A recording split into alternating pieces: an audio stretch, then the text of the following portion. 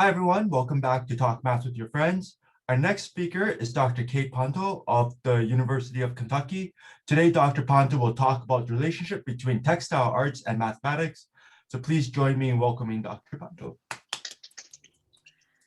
Well, thank you very much for the opportunity to speak. I'm very excited to be here, and I'm very excited to talk about this particular project. I actually haven't given any talks about this project, and that, when I realized, made me very, very sad, because this is a thing I'm really excited about. And it's a little bit atypical. It's not my usual kind of talk, but I'm very excited about it. I also challenged myself to give a talk where the slides have no words. So we're going to see how that goes. This is the adventure we're having, slides with no words. And I'm also very happy for interruptions and questions. So please definitely ask questions as you go. Yeah, I think that's everything I want to say before I actually start screen sharing. So let me start. And I want to start by telling you just a tiny bit about me, just for context. I am a topologist. I'm actually a algebraic topologist. And to narrow it down even further, I am a homotopy theorist. And in fact, I am a stable homotopy theorist. So probably you had some image about topologists at the beginning and you were like, ooh, fun pictures. And then I told you that I was a homotopy theorist and you probably thought, oh, no fun pictures. But I actually am a fun pictures homotopy theorist, which is sort of a weird thing. My math is actually really interested in crazy generalizations of the trace of a matrix, which again, probably not what you expect from the fact that I said I'm a stable homotopy theorist, but that's actually what I do. So I'm interested in Euler characteristics in all kinds of settings. So you start from the topological one we do with vertices plus edges minus faces, and then you generalize it and generalize it and generalize it. And I come to this from fixed point theory, which is one of the first applications you see in an algebraic topology class. But I'm more interested now in algebraic manifestations. So if you've got an Euler characteristic, I'm probably interested in it. And this math is sort of weirdly visual in a way that I find really satisfying. So this slide you're seeing right here is actually my favorite theorem of my own. Which maybe is not what you think of when you think of algebraic topology, but this is my favorite theorem of my own, that these two pictures describe the same mathematical thing. It's actually a generalization of the trace of a tensor product of matrices. That's what this is showing. It's showing that the trace of a tensor product of matrices is the product of the traces. So that's what this picture shows. And I really love this picture. This theorem is my theorem that has definitely the biggest discrepancy between how hard it is to prove and what you can prove with it. Favorable discrepancy, not an unfavorable discrepancy. So I wanted to put this out here as sort of the first thing you know about me, is this is the kind of math I do, and it does have this really nice visual component. So that's my first thing I want to show you about me. And then, so let's see if I can get this to go. The next thing I want to tell you is that I knit a lot. So this is my yarn stash right here. It has a companion fabric stash, which I didn't decide to document for you guys. But this is my yarn stash. I knit all the time. And honestly, the knitting feeds the same part of my brain that certain parts of math feeds. There's a sort of really satisfying sense of pattern in textiles. And I love textiles probably more visibly than I loved math when I was younger. And it was only much, much later in my mathematical career that I realized that there was an overlap and that they did feed the same part of my brain. The really fun part of math where you get to explore and learn new stuff, that's the part that sort of feeds the same way. So here are two facts about me. My math is weirdly visual for the kind of math I do, and I really knit all the time. And the third thing I want to tell you is that, well, I am a woman in this community, and I really don't want the demographics to stay what they are right now. They really don't work for me, and they don't work for a lot of people. And so these are sort of the three facts that are going to come together in this talk. I am a mathematician who likes visual arguments. I am a person who loves her textiles, and oh my goodness, the demographics have to change. So these are the pieces that go together. So I want to talk about this project, and I want to start by, that's not what I want to do. I want to slide to the next page. Apparently I don't get to do that. There we go. So here is my picture. This is my first picture of my math group. This is taken in a math department on a Friday afternoon at like 4 o'clock. And you will see that there are many people in this room for a Friday afternoon at 4 o'clock just hanging out. And they were there for like an hour and a half that day. And that happened every Friday for a long time. And here we are again. And you can see people are talking about math, and they're talking, well, you can't actually see they're talking about math. They're talking about math, but they're also just spending time with each other. And that's the thing I'm really aiming for. I want to get people in the same room talking to each other. If we talk about math, fantastic.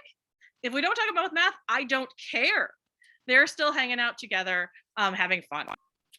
Also, you will notice in this picture that wall is glass. That wall opens right up onto the elevator on the main floor of the math department. So just something to keep in mind. Also, you'll notice in the back corner, there's a quilt. That's one of our quilts. So I'm going to come back to that in a second. So I want to start by just making a couple disclaimers. I focus on women in math. This is a community I'm part of. This is a community there are a lot of people of. I recognize it's limited. Right? I recognize it's limited. I'm not reaching a whole bunch of other people. In Kentucky, this is a group that is large. It's true a lot of places. I hope that as we get more expressions of math, we can draw in other people too. But I'm sort of making a choice right now that this is a thing I know how to do, and so I'm going to do it. But I am very aware of the limitations. Also, this activity doesn't appeal to everybody, and that's fine. And I'm hoping to find more things that can appeal to more people. All right, so the goal here is to help people choose to not do math because they think math is no fun, not because they don't feel comfortable doing math, or don't feel comfortable in the community. And so one of the things you'll notice is that like this is a room full of girls. And hopefully that draws in more women because they see other people like them. In the math community, I found that there are things that are easy to explain that make me uncomfortable. Like there aren't many women senior to me who've made it in this community. That's a thing that I find a lot of people understand. There aren't very many bathrooms for my gender. Again, this is a thing it's easy to explain to people in a lot of cases. There's also things that are harder to understand. Like sometimes walking into a math department, the space feels sterile and honestly kind of masculine. And like, that's hard to explain to people because some people can't recognize that, oh, what does it mean for the space to feel sterile? But I find this to be the case sometimes. I'm also like careful about what I wear to work, right? I'm careful about the clothing I wear. I don't want to look too much like a girl. I don't want to wear too much color because I think it means people take me less seriously, but I also want to be true to myself. And so there are these kinds of things that impact people's ability to feel part of the community. And I want to start counteracting some of them, both the easy to explain and the hard to explain. And I'm honestly more interested in the hard to explain, those kinds of things. All right, so let's talk about the logistics here. So let me make sure I know where I am. Okay, so the logistics is I make math quilts once a week with undergrads. I don't make them right now because there's a pandemic. But before the pandemic, we were meeting once a week on Friday afternoons to make math quilts. This helps my students build community. They know each other then. They can share mathematical interests that are not the sort of typical ones. We tend to think about math people as having very specific outside strictly mathematical interests. And these are things that don't actually draw everybody in. So I want to give them another thing to draw them into math. It is also mathy in a sort of atypically mathy way. People ask me, are quilts mathematical? And I said, well, they all kind of are. It's just how explicitly they become. And I'm going to show you some extremely mathy quilts, but all of them have sort of an underlying math. This also creates a really comfortable place for students to eventually ask questions. As I'm sure you've all experienced, you have students who are like really confused about something. Like, how does the math community work? How do I do something? And they don't know how to ask it and they don't ask it. These tend to be really low stakes environments. Of the students you see in these pictures, I had one of them in class, which means that they don't see me as someone who's assigning a grade to them, which I think changes the questions they ask me, which is really valuable. Like I like to be able to ask students or have students ask me questions when I don't feel like there's a grade on the line and they don't feel like there's a grade on the line. So this gives me a really nice interaction with them that feels much lower risk. We also end up with things we actually put up on the walls. So our quilts are displayed in the math department, and they provide natural starting points for conversation. So you saw one up in the background of this picture. There are two others that are actually up on the walls right now. And we've started actually making quilts that respond to material in undergrad classes. So students who are in those undergrad math major classes can actually respond to the material. It actually speaks from their classes themselves. We've also participated in the joint meetings art exhibit 3 times, which I find really exciting for my student participants. I mean, I'm also excited about it. I always wanted to be part of it, and now I found a way to do it and to help give that gift to other people. So we've been part of the art exhibit 3 times. I'm hoping to be again, but we've done it at least 3 times.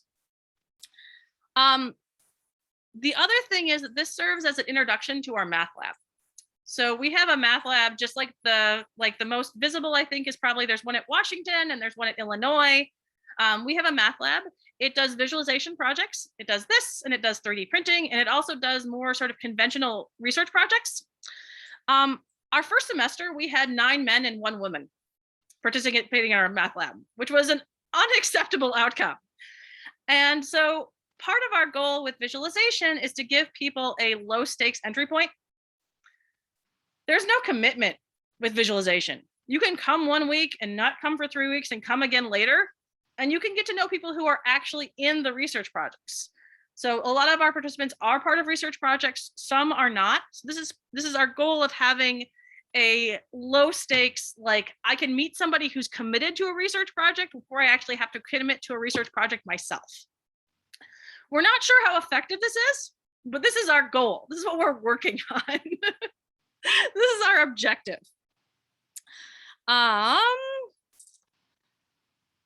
The other thing that's really interesting about this has been watching guys walk by.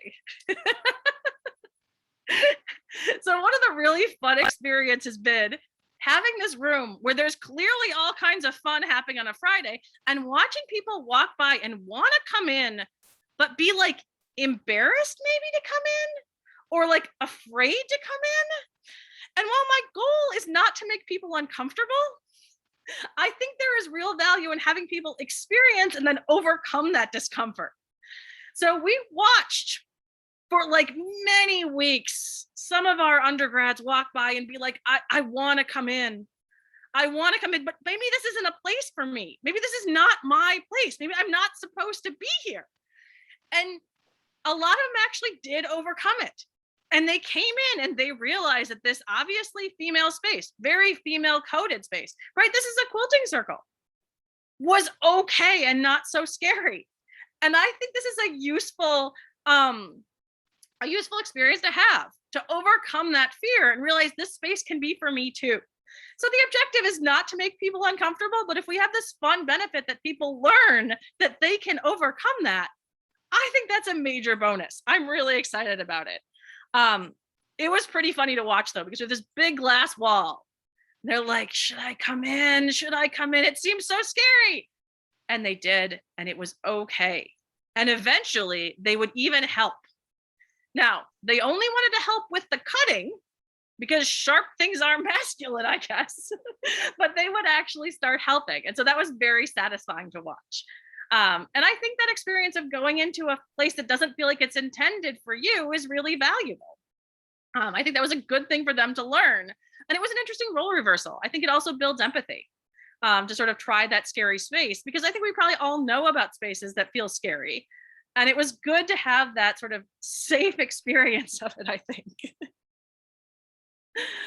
All right. Does anybody have any questions about sort of the plan in the background? What's going on? Everybody good? Nobody's got questions? All right, so at this point, I want to trigger the poll. Let's launch this poll. All right, so I have a poll here, which I want to know what describes your experience. I do not care what your experience level is, but I just like to know sort of who I'm talking to so I know what kind of vocabulary to use. So I ask you to tell me what describes your textile experience. You can only pick one. So pick the one that is closest to quilting and the most demanding. It's basically organized that way. So yeah, I just want to have a sense of who I'm talking to here.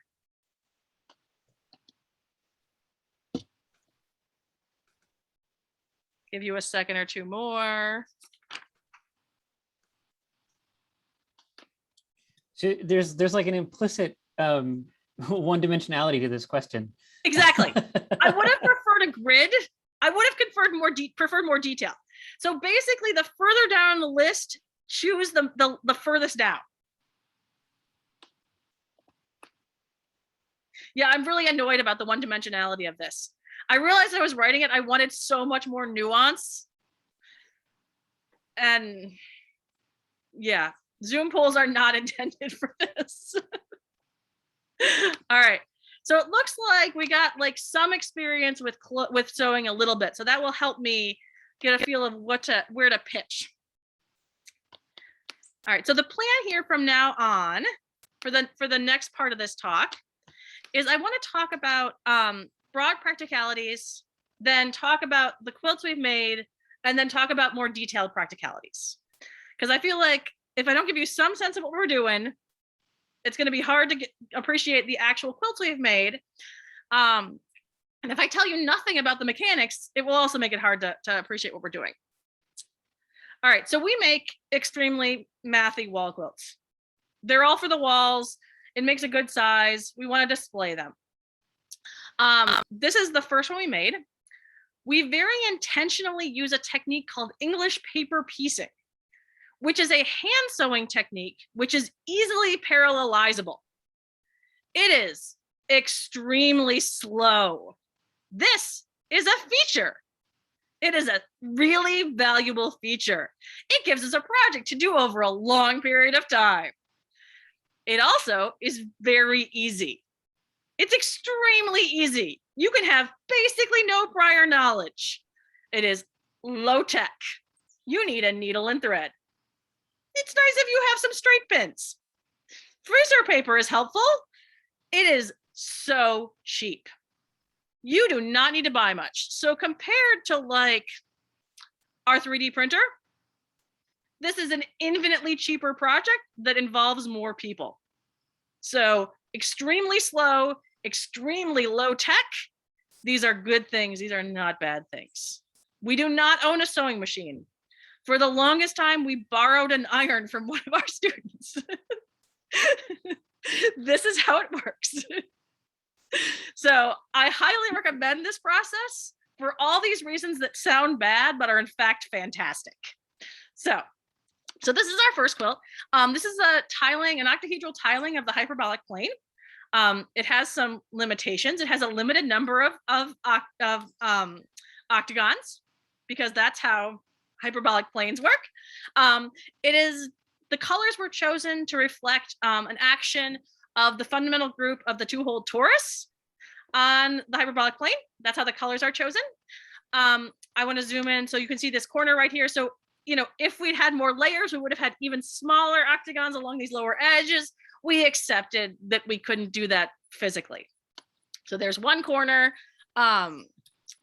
Here's another corner. And you can see the quilting lines here. So the quilting lines are hand sewn.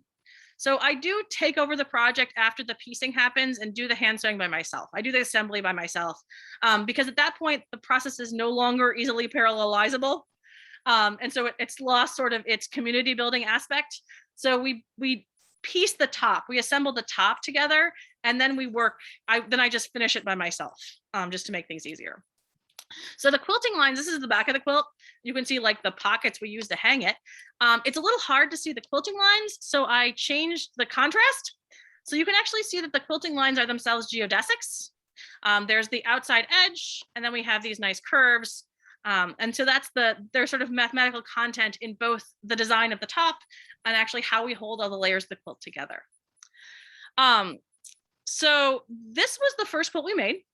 We made this in the summer with, I made this with 2 undergrad students who were also working on research projects at the same time. We learned a lot making this quilt. We learned a lot. So this, sorry, I got ahead of myself. This is the art gallery page from us. So we were at the mathematical art gallery. You can see it's me and 2 other students. So one of the things we learned is that it's good to have very few pieces meet at a point. There's a lot of pieces meeting at this point. That's not great. Also, these pieces aren't convex. That's a real pain. So we learned about that.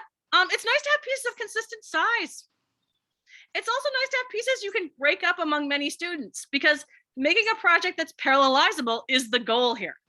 So one of the things you're going to notice is we learned over the course of these projects. Like, we learned like a lot. So we're really happy with how this quilt turned out, but we've gotten better. And you can see that because this is our next quilt. And this quilt worked a lot better. So this quilt was actually based on a research project that was going in the lab the semester before. It's a partition of a 7 by 7 grid, where we're filling the grid with numbers, 9 by 9, 8 by 8 grid. We're filling the grid with numbers, and they're being filled in pairs. So you can see everything shows up in a pair except the white squares, which show up differently. This particular design was based on some student code that they made. This was made with 4 students. We were at this point meeting on Thursday mornings. We were still learning here. We were meeting on Thursday morning. The colors are organized warm to cool. So we start in the bottom corner with that sort of reddish purple, and we move our way up. So you can see sort of how we're adding things based on how the colors are set up. I made color contrast again, so you can see the quilting lines. They sort of represent sort of as we go up through different levels of numbers. So you can see those on the previous page too, but you can see them, I think, a little more clearly here. You can see that we made all the improvements from before. The things we noticed: our shapes are convex, 4 of them are meeting at a point. It's easy to divide up in small pieces. It's very easily parallelizable. So does this mean that we just have to give up on hyperbolic quilting? No, it just means it's maybe not the best thing for a group with inexperienced quilters. Yeah. As your group gets more experienced, you can do more. But sadly, COVID hit and I lost all of my experienced quilters in one go. So I'm learning. So here's one of the close-ups. You can see that it's much easier to make 4 corners match than many more than 4 corners. You can also see my quilting lines there. Again, that's the thing I take over at the end because it's just easier to do with one person. And here we are at the Mathematical Art Gallery, and you can see the list of names has gotten longer. We now have 5 names rather than 3, which is very exciting. But we also learned things from this quilt. We learned it's really nice to have a project that corresponds to an undergrad class, because it's hard to explain what this is. And it's also really nice to have something that students can easily recognize. And so we fixed that on the next project. So at every sort of stage, we realized, oh, wait, we can do better. So our next project started with an experiment I did. And I'm a very minimal coder. So I was like, let me see what I can code in TXZ. And so I coded a sieve Veritasinis in TXZ, where every square here is colored by its smallest prime divisor. So you're starting in the top corner. The whites are primes larger than 29 because of something that's going to happen later. The light grays are multiples of 2. The dark blues are multiples of 3. The light blues are multiple of 5s. So once you actually write this little bit of code and it displays this picture for you, you realize that this is not so satisfying, because those columns of gray are kind of sad, as are the columns of as are the sort of columns of light blue and the sort of weird dark blues that don't quite work. So I was like, the key is to have an odd number. Okay, with an odd number, things get a little better. But now you see columns of 3 and 5, because this is a 15 by 15 grid. Okay, so I wrote the code with foresight to allow me to change the number of columns and rows. All right, so I was like, actually, I explained this to someone else and they were like, you're complaining about the fact that the number is composite. I said, I am complaining about the fact that the number is composite. So we made a bigger one. All right, so this one I think is 13. And things are getting better. We start getting fun things like diagonals of 3, in addition to our grid of our sort of background grid of the multiples of 2. And then you say, well, primes are good. Big primes are better. Turns out that a really nice prime is 29. So this is a 29 by 29 grid. This has some really fantastic features. You will notice it has really beautiful diagonals for 3 and 5 and 7. And that's because multiples of 3 and 5 and 7 interact really well with 29. So we saw this and we were like, okay, so our previous quilt was 8 by 8, but a totally natural progression is 29 by 29 from 8 by 8. Completely logical, reasonable progression. But like, it's so pretty. Like, it's so pretty. We have to do it. So we did it. And there it is. And this is fantastic because this topic occurs in our Introduction to Proofs class. So this math appears in a 200 level Transition to Proofs class for our majors. This quilt is also gigantic, by the way. It's the squares are 2 inches by 2 inches. So this one is really big. It took a really long time, but it feels like the culmination of the things we learned in our first 2 quilts. It's easy to parallelize. We could like actually break it up into pieces and give them to just different students to work on while they sat around talking to each other. It was incredibly consistent. Like the assembly is sort of the same, but we still get a fantastic pattern. So this one worked out. It's hanging in the department. It's very satisfying. Here we are at the joint meetings. You can see our number of people has sort of exploded. We now have postdocs who are involved.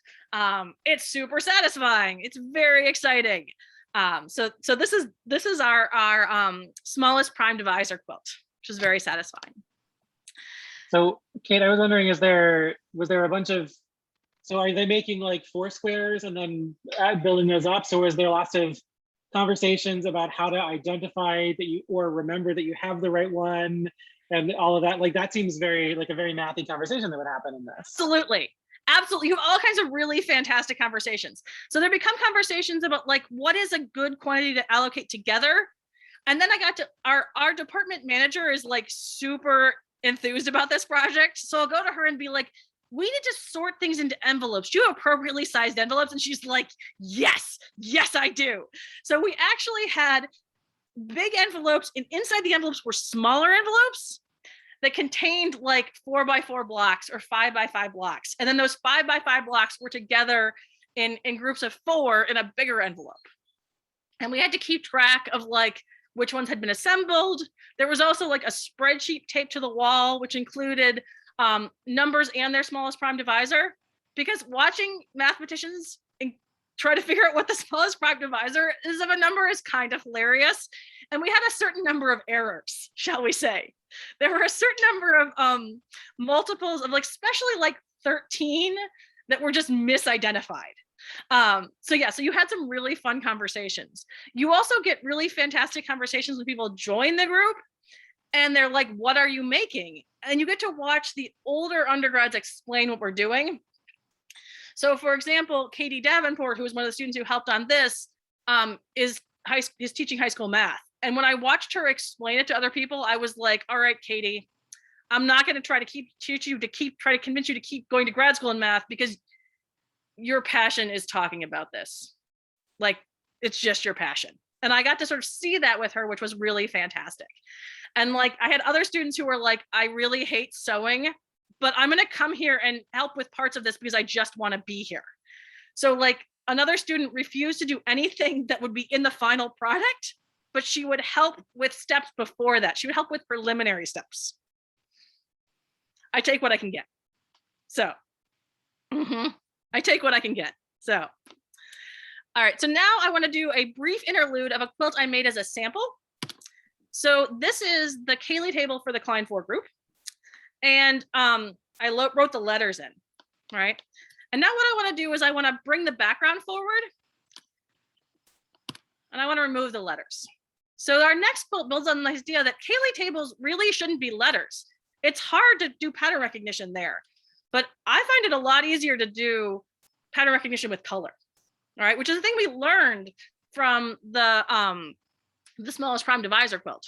So our next quilt, oh, before I do that, I blurred the lines. This is so you can see the Z mod 2 quotient. So one of the really great things you can see here is you can see subgroups, right? In that top corner, that 2x2 corner in the top, you can see that subgroup and you can see its cosets. And then you can see the quotients, which I think is really a satisfying visual. So our next quilt is this one. This is a Cayley table for the symmetric group on 4 letters. It was designed by one of our postdocs, not one of our quilters. It was designed by Nathan Fieldsteel, who was just like around and curious and came to me one day and was like, can we do this? Yeah, we can totally do this. So this is, this is symmetric group on 4 letters. You can see a flag of subgroups here. You start in that top corner. You can see it's Z mod 2. You can see my Klein 4. You can see my A4. You can see its coset. You can start seeing things like, wow, let's talk about normality, right? Oh, let's talk about something that suggests it's not normal. You can see all of these things in color. I can't see this in letters. Maybe other people can see in letters, but I really can't. But I can see this in colors, all right? I can see this. All right, so here we are with the whole picture. You can also see the quotients here. And I think it's a little harder to see with this one than with the Klein 4, so I blurred it for you again. So you can see that when I group the like yellows together, the oranges together, the reds together, yeah, I can take a quotient there. Same with purples, blues, and greens. And then I blurred it again to see the Z mod 2. All right, so you can see this nice set of quotients. You can't see the non-normality, which I guess is just how normality works, which is sort of disappointing, but whatever. So you can see that nice quotient there, which makes me very excited. So this is sort of our like, whoa, it actually worked quilt, which is very exciting. This one created all kinds of hilarious chaos that was very mathy as well. So we had people assemble the pieces in the backwards order. Because when you're assembling it, you're working from a label on the back. And so you have to think about reflections, which is also a really valuable conversation to have. So when we're talking about like the numbers, this is another fun mathematical conversation to have for this. So these are the quilts we've made so far. We've been on hiatus for the last year of COVID. We survived for the first part of COVID. I actually mailed quilt pieces to students in envelopes, and we met over Zoom. But then people graduated and they had like jobs and grad school and stuff. So we're waiting for it to not feel like a public health catastrophe to get people in a room, because this project is a useful thing to do because you can actually get people together. Like I want to have people in a room. I'm not going to try to do this when I can't actually get people in a room. Probably the next quilt we will do is another group of order 24. So we can draw attention to isomorphism. That's probably the next quilt we will do, so we can hang them next to each other and see that they're different groups, even though they have the same order. So that's probably the next thing we'll do, but who knows what ideas people will bring to me. It is one of the benefits of actually hanging them in the department is that people will come to me with ideas of like things that we could do. So questions about the quilts we've actually made? No? This one, I'm thinking about what order you put the elements of the symmetric group in. But yeah, so I did not actually write any of the code for making this quilt. And I told, so the first iteration of this did not show the entire flag of subgroups. It only showed like part of it. And it was sort of obvious as soon as you get any color that you should see as many subgroups as possible. But I do not know what order Nathan actually put them in. Nathan gave me a 29 by 29 grid with numbers in them. So all the group elements were actually translated to numbers because it made it easier to keep track of what was happening. Yeah. So this is a question when we come to like another group, like what do you want to emphasize? I also gave a talk for an RAU this summer, and I now just flash up a picture of the quilt at the beginning, even if it's totally unrelated to the talk. And I had a student email me afterwards asking about it. And then he sent me an email with like 7 different arrangements of the elements of the symmetric group because he was interested in different features. So he wrote his own little script to like generate several different arrangements. So that was fun. Other things, other questions? Oh, there was a question earlier if you were dyeing the fabrics, because that No. But I can imagine it being like thinking of RBG as a vector space, and you can so you can add another dimension there. Yes, absolutely. And we had a student, one of the guys who came in was fascinated by this question, like just fascinated by how to pick the colors in terms of sort of an algorithmic way. What we in fact use is high quality quilting cotton. I'm a little bit of a snob and I want the fabric to feel nice in my hands. So this is some of our fabric. And I actually bought this by going on to Etsy and finding someone who will sell me solid colored fabric by the pound. So I didn't specify the colors. I just said, send me the ends of your bolts and I will buy them by the pound. Because when people buy fabric, there tends to be like, 12 inches or 6 inches left, which is hard to sell by itself. So people will sell you fabric by the pound. And so that was how we got started. So this is some of our fabric. The brand I go with is called Kona, if you're interested. We get by with fairly small chunks of fabric. So fabric comes in 42-inch long pieces, this kind of fabric. And we have pieces that are mostly somewhere between 4 and like 18 inches wide. And we just have what we have. And that's what we get. And I buy it by the pound. Every once in a while, we'll be like, if we only had this shade of green, our lives would be perfect. And then we go to a quilting store to buy that. Fabric is about $10 a yard. A quilt of these sizes requires probably 2 to 3 yards for the front. So that's like $30, as long as we already have the stash built up. I think I bought like $60 of fabric to start. So if you know prices for 3D printing, that's cheap. So the other things we absolutely have to have are a needle and thread. So here's my picture of a needle and thread. We use all-purpose white cotton thread, like just the kind you buy at the fabric store. That's the cheapest they got. And I bought just a collection of hand sewing needles. I spent about $3 on that.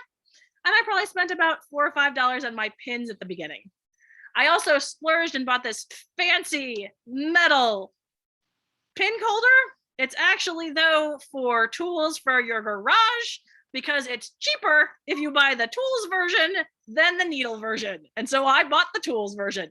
So there you go. So that's another thing we have. It has a nice, really high power magnet in it. So it keeps everything contained. Here's our actual supplies. This is everything we have except for the ironing board. So the big gray thing on the bottom is called a self-healing mat. You can use the pizza cutter thing in the middle and the really big ruler to cut nice straight lines. They're nice, but not essential features. We have a whole bunch of scissors that I just scrounged from the department. In my personal crafting life, I am a scissor protector. I have special fabric scissors that are different from paper scissors. For this, our level of precision is low enough that we can just scrounge scissors from the department. And on the side, you see we have freezer paper. You could also use copy paper, but freezer paper has plastic coating on it. So you can actually make it stick to fabric. So when you're labeling all your pieces, you can stick the paper to them and then it will peel off later. So that's a really nice feature. So those are all of our supplies. There's also some tailor's chalk on there to mark things. It's not even really important, but there's our supplies. The one other thing are these funny safety pins. This is like the only thing that's sort of weird to find. These are basting pins. They're for attaching all the layers of the quilt together. I include a picture of them because they're the weird supply. So weird one. All right, so let's talk about how you actually do this. What is the technique for English paper piecing? So the first thing you do is cut out paper templates of the pieces you need. So these are the pieces for the smallest prime divisor quilt, and they are 2 by 2 inch squares of quilting cotton that are labeled by the number. So like you can see that 87 is there, and you can see its smallest prime divisor is 3. So these were all labeled by the number of the square and the prime. And we stacked them. You can see they were paper clipped together because there were 29 times 29 of them. So it became a little unwieldy. The next thing you do is you cut out fabric pieces, about a ½ inch larger on every side than the paper template. You will see online, it often says 1/4 inch on all sides.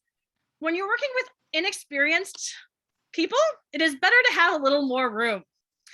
Then you tack those on, you sew them loosely with a minimum number of stitches onto the paper. So you have nice crisp edges to work with, so that they look like the final pieces you're going to need. This is an example of what they look like both before and after the tacking. This is the symmetric group quilt when it was getting ready to be mailed out to students after we all were sent home for COVID. So I sent packages like this to 5 or 6 of our students. You can see some of the squares just have a piece of fabric ironed onto them to stick loosely, and some of them have actually been tacked. Then you start sewing them together. So this is a chunk of the Primes quilt. I guess we were doing it in 5 by 6 chunks, right? So you can see that we broke it up into these pieces. We use a small whip stitch is the actual stitch we use to do it. And here's what the quilt looks like when it is entirely assembled. This is the back. This is why it's really confusing sometimes, because you have to think about the order should be the opposite of what you want the front to look like. This is the symmetric group quilt. You can see the paper is still in it. And here's what it looks like close up. So you can see that this one was kind of annoying because all the squares just had numbers, and those numbers had very little correlation with anything. So everybody had a piece of paper telling them what their design was on the front. But you could also tell from the math to a certain extent. If you tried to attach a green one in the middle of a yellow block, you knew you were doing something wrong. And here's what it looks like when you've taken the paper out. It sort of loosens up a little bit. This is before I assembled the back altogether. So this is and then the last piece is just sort of assembling the quilt. You put batting on a backing, you sew the top to the bottom, and then you bind the edges. So that's I'll get you out and I'll throw it right back. Okay, cool. And with the last little bit of my time, I want to show you another example of a quilt that is not good to do with students. So I want to end with this image. This is an apiary tiling quilt. And I just want to reiterate why this is not a good quilt to do with students. This is hard to parallelize. So I want to remind you, this is a fantastic project for students, but choose a good design. This is not a good design. It's very hard to keep track of what you're assembling next to anything else. It's cool. I made it for myself. We use it on our bed, but it would have been a nightmare to do with students. So please do this. Please be smart about the design. And that's where I'm going to end.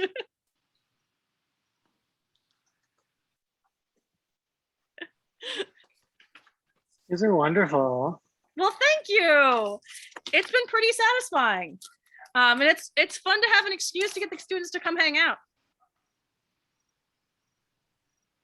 Is it too windy outside to be doing this? It actually wouldn't be too bad, I don't think. But you can now hear one of my neighbor dogs. So Okay. People are getting home from work. So. Well, lovely. I think we've addressed most of the questions. Kate has a technical one. The paper comes out before you Yes. turn it into the quilt. Yeah. Yes, there's a very satisfying moment where you get to rip out all the tacking stitches and you get this just mountain of paper that just comes out and just like you make a pile of it. I find it a little hard to actually throw away that paper at the end though, because it represented so much work. But you could do it. We made a time lapse of the Klein 4 group of how I made it. And it's on the University of Kentucky Math Lab page. And on that page, there's also a picture of the pile of paper that came out of the Primes quilt. So it's pretty satisfying. I think that's the part that I would like the most, is like the taking all the stuff out, like tearing it. Mhm. I don't know. It's I like making a big mess. Yeah, I always feel kind of bad because I usually end up doing that like once I've taken the quilt back from the students at the very, very end. So I get to do that fun alone. And I feel like I should really let the students in on that more. So is there, so like I went right to Kaylee tables, and I Yes. forget if I had seen tweets about this, but I do like to do color coding Yes. in like a Google sheet in Yes. an object Oh, object yeah. class, so that makes sense. And obviously tilings and other things like that make sense.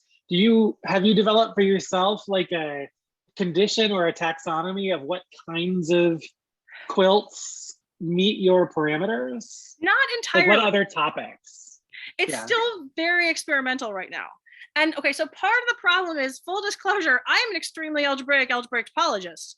The other people most consistently involved are all algebraists.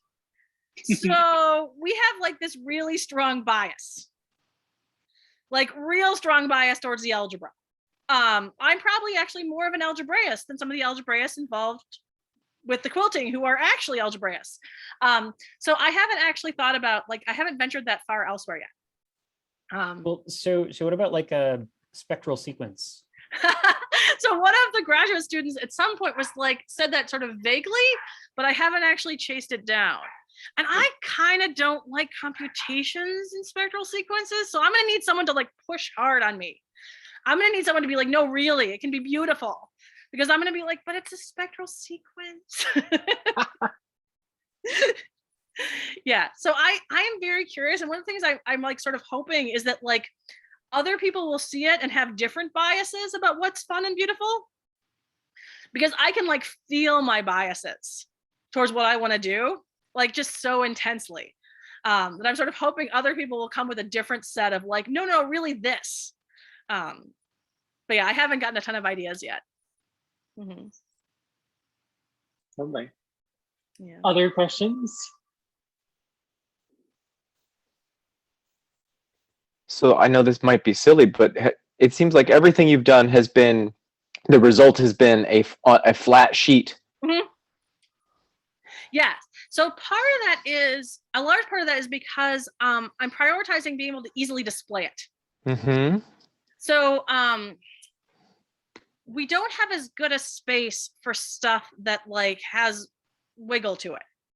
So like we could actually do, you could like we have some crocheted hyperbolic planes in the department, but I feel like they get overlooked because the only place we have to put them is sort of out of the way. So there's almost a sort of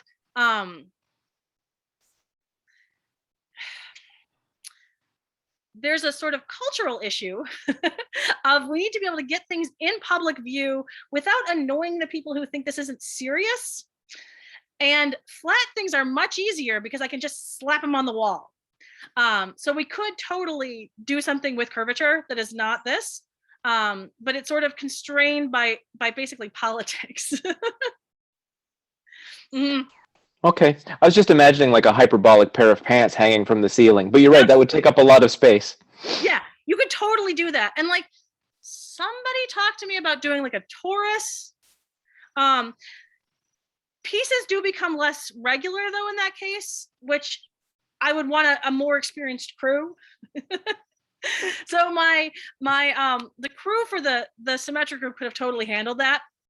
But with I'm going to be starting out with babies when we get to restart again. And so I want to start with something pretty straightforward, but yeah, you could totally do something like that. Absolutely. But you would have to plan a lot more to think about what size the shape should be. Have you tried anything with fiber art? What kind of fiber art? Well, I'm not thinking of the yarn bombing. I'm thinking more of the stuff like, I don't know, the Japanese wave style stuff. I can't think of the name, but the one with the little boat. Kind of. Yeah. So I haven't ventured that far yet. So one thing I would like to do at some point is we have a weaving faculty member in our School of Visual Arts, and it would be really fun to find some collaboration there. Because how weaving works, like how tie-up patterns work and stuff, should be really open to communicating mathematical ideas to a bunch to both the art students and the math students. So that's sort of the obvious direction I would go next, just because of my biases. But I haven't gone too far into other to like the Japanese stuff either. But yeah, I would love to. It's like I'm going to throw you a link in the chat. It's a free thing that will give you patterns. It might actually make you pattern addicted as opposed to, yeah, forget it. But anyway, I already have, many. well, Oh, yeah, there's Ravelry, cool. which is basically. Ravelry is my friend. Oh yeah. Yeah. Ravelry is totally my friend. I know of it. I've not participated. So this is like a totally off the wall question, perhaps in a literal sense, but so if you were gonna do a fabric arts like hop vibration, like I don't know. It's very inchoate. It's just like I like the hop vibration. So yeah. So have you? Okay, so I would leverage my mathematical network, and I would talk to Niles Johnson. Okay. Because he made an extensive video about this, like ages ago now. But I would totally leverage my mathematical community and be like, all right, Niles, let's talk about this. Because it's sort of hard to know what sort of technique you would use, honestly, like what fiber technique you would use and what you would want to emphasize, honestly. Yeah, I think I would lean more towards like a yarn craft, honestly, there. Sure. Yeah, I mean that makes sense, right? Yeah, I think that's probably where I would lean, honestly. Yeah. Yeah. All right. Well, before we run out of time, I just wanted to advertise the next talk. So our next talk is by Libby Farrell. I don't think Libby is here. So just briefly, it's about frieze patterns, the intersection of algebra and combinatorics. So I think we're going to have a theme. And in fact, we have a British math artist, Lucy, talking later, and we have somebody who works with Dave Plaxco, who does all kinds of stuff with Rubik's cubes arts. So we have a theme. I hope you come back to a bunch of our talks this semester. And yeah, so could please everyone join me in thanking Dr. Ponto one more time.